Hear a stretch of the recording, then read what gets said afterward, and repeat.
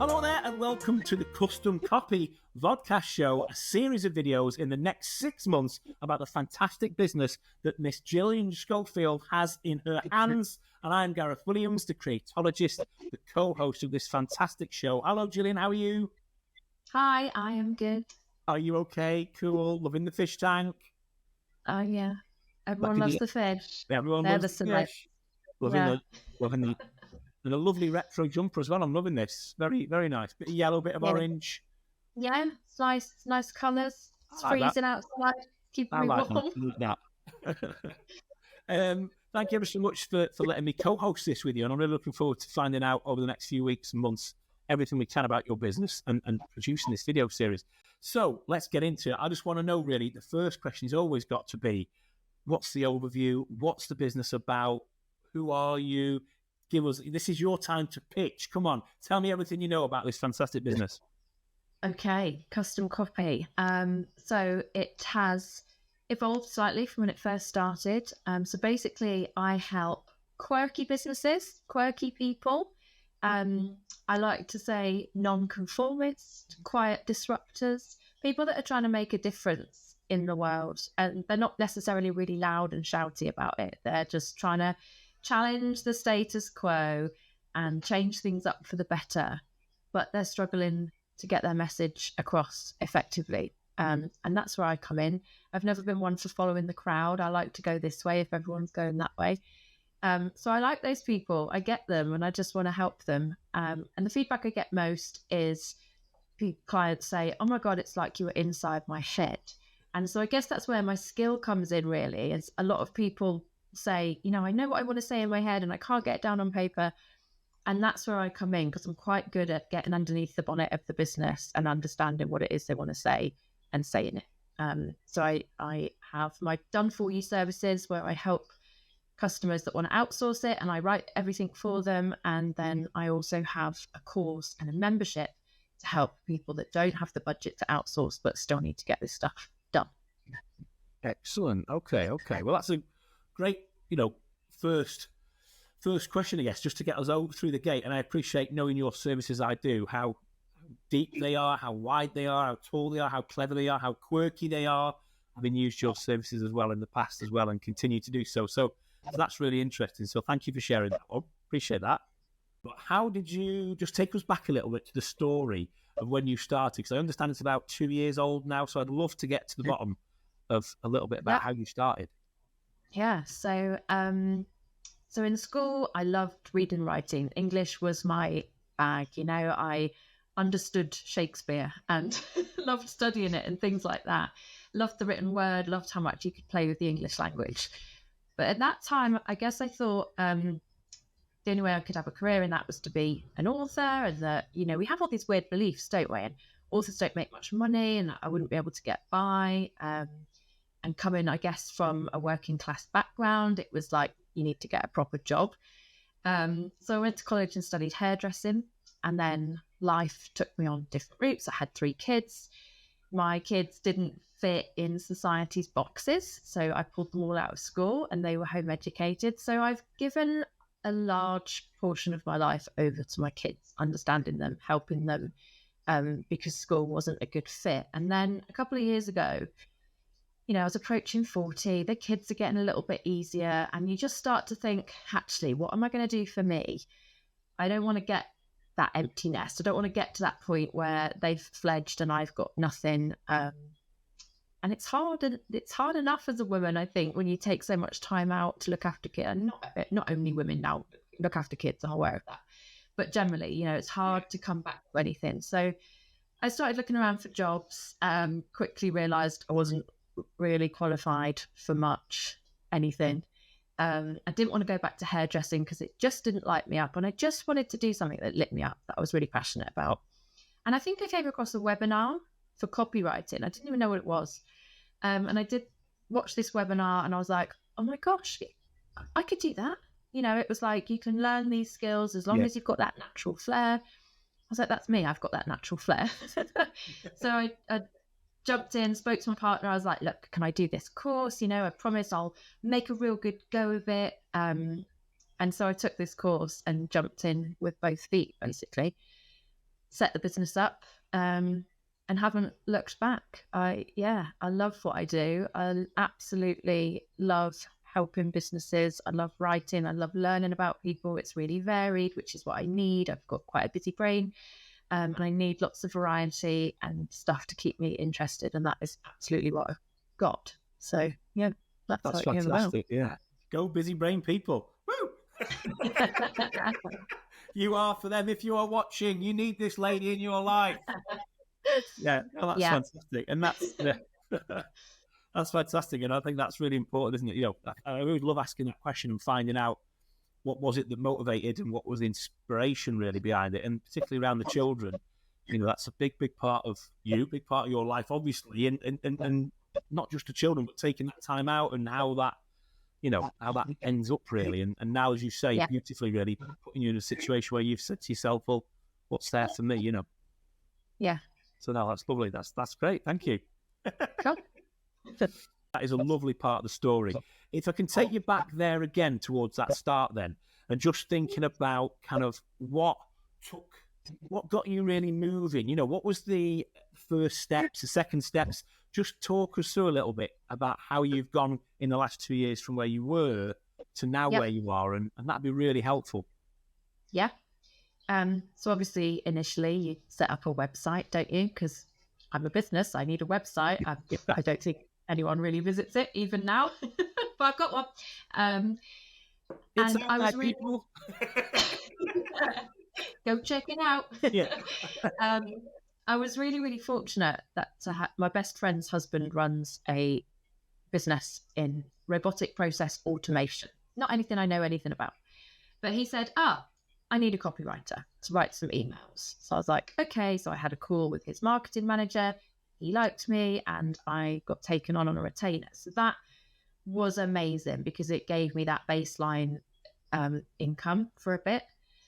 And then I think I was on LinkedIn because I was aware of LinkedIn from past things. And I think I got on LinkedIn and someone on there said, are you interested in networking? Again, you know, really know what networking is. Yeah, and I got invited along to this online networking. And I was like,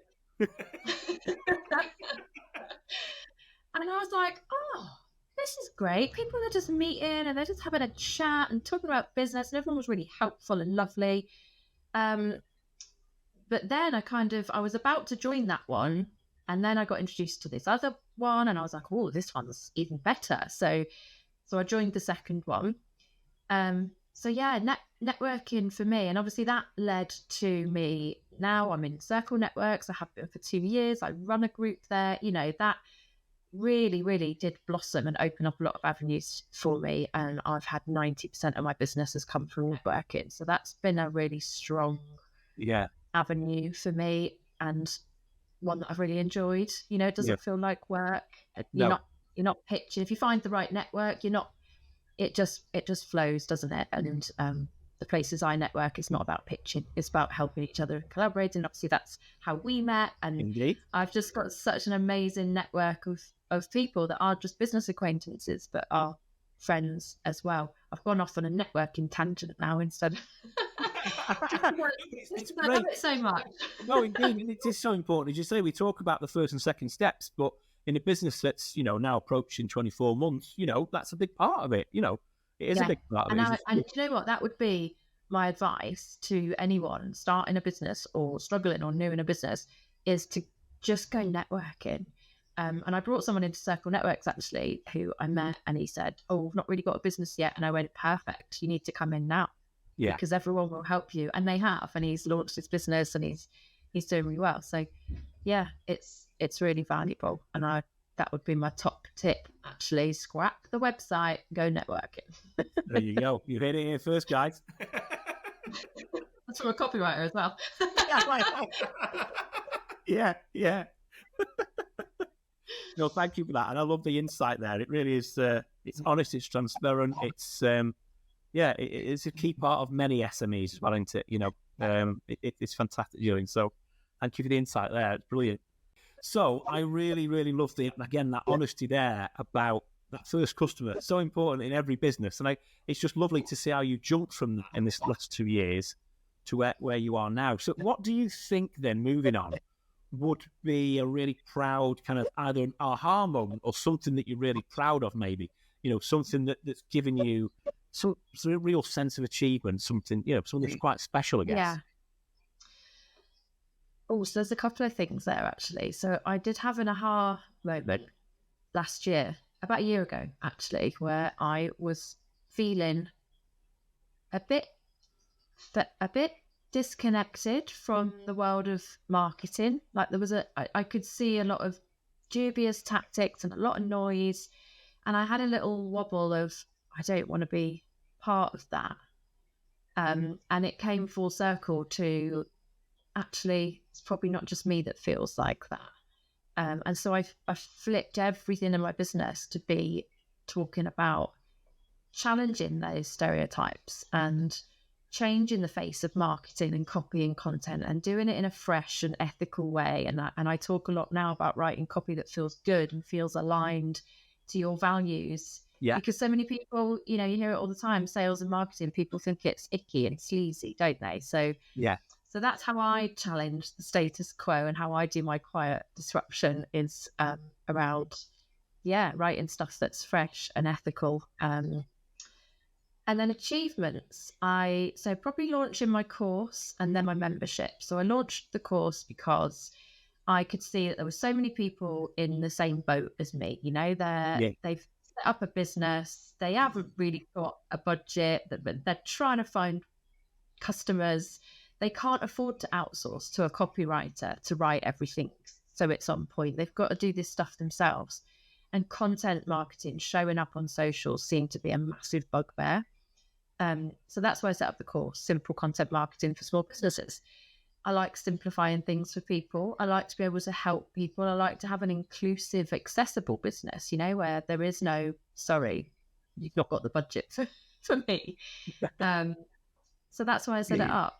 And then off the back of that, I launched a membership to keep people accountable. And those are my two really affordable products, I suppose, that I do feel quite proud of, because people get good results. I get really good reviews of them. I love running them. I've got a real little community in the membership. So they make me really grin. As I can tell. No, that's lovely. That's lovely. And that sense of pride, as you say, is so connected and aligned with the writing, isn't it? As you say, knowing everything else I get involved with, of course, on the writing side, it has to feel authentic. It has to be real. And there's nothing quite like being able to write something that really says what you want it to say. And then what's better is when other people can see that it means the same to them, particularly in the type of writing that I do. But it's no different, of course, in the sales copy, the web copy, everything else that you do, No, that's lovely and beautiful, really, to see that a business is so connected with what it's trying to achieve, Yeah. So, no, it's lovely. It's lovely. In terms of kind of the final question in this fantastic first episode, really, and taking that as a leverage point, really, what do you see and how have you dealt with any kind of demands, if you like, or change in market demands? And I guess those two little letters, AI, in your world, not wanting to, is a big part of the world at the minute. So again, how do you interpret that and spin with it? I set up and I'm going to be a copywriter and people need stuff to write. And then about a year in, AI went boom. And I did have an initial okay, what's going to happen here? But what I've realized very quickly is you need humans. AI is amazing. I'm not anti-AI. I say this all the time. I rant about the misuse of AI, but I'm not anti-AI. It's an amazing tool. This is the worst it's ever going to be. It's only going to get better. Yeah. And you have to go with that. You can't push against it. You can't push against technology and evolution and things changing. You have to, for want of a better word, because AI likes this word, you have to embrace it. And so that's what I've done. So I incorporated it into my course. I teach people how to use it to make aspects of the course easier. I don't know if you've seen, but I've got a meme. What would Gillian think? Because I was ranting about people posting rubbish AI content quite a lot, and a couple of my friends got together and put a what would Gillian think meme. So I've turned that, I've embraced that as well, and I've turned it into a regular bit of content on my social media, you know, where I educate people. I don't just rant about it. I think I try and educate people on how to do it better and how to use it better. So you've got to learn how to work with these things and not buck against them. Yeah. And it's you're so right, of course. I mean, it's where do you think it's going to end, this AI thing? You know, you talk about improving. Where do you must spend a lot of time, you know, positively thinking about this in some way, about where is it going to end? How is it going to really benefit businesses and some of the tools that have come around to help? I mean, I know you talk about embracing it, but just a quick side question, really. What's your thoughts on the subject? I suppose there is an element of concern because, like I say, this is the worst it's ever going to be. It's brand new. So while we can still pick holes in it, is that always going to be the case? Maybe not. Yeah. I don't know. I do think you're still always going to need the human element. I think no matter how intelligent it gets and how much it improves and it stops bandying around the same words and phrases, I do think there's still going to be something missing. Yeah. There is something that makes us human, isn't there? And it's not just our ability to speak and create words. There's more to it than that, I believe. Totally. And I think there'll always be something a little bit soulless if there's zero human input. Yeah.